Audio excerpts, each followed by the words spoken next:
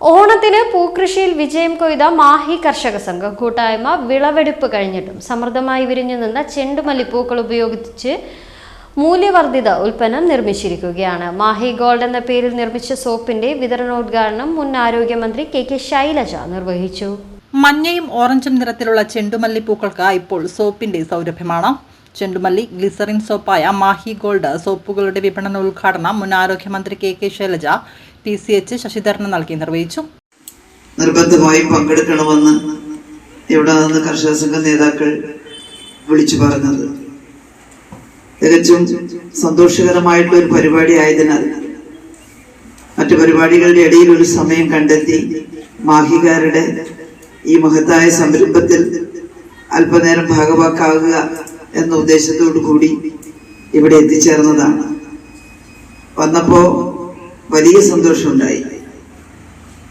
നല്ല ഒരുപാട് ഭൂമി കൃഷി ചെയ്യാൻ ഉള്ളിടത്ത് ആളുകള് അതങ്ങനെ ഉപയോഗപ്പെടുത്തുന്നില്ല.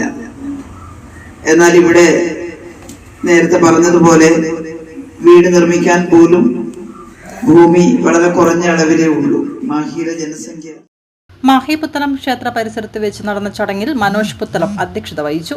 കർഷക സംഘം സംസ്ഥാന കമ്മിറ്റി അംഗം MC പവിത്രൻ, റിട്ടയർഡ് കൃഷി joint director KP Jayarajan, CPM Mahe local secretary KP Noushad, Satheesh CH എന്നിവർ സംസാരിച്ചു. കർഷക സംഘം Mahe village secretary CT Vijeesh സ്വാഗതവും ട്രഷറർ രജിൽ P നന്ദിയും പറഞ്ഞു.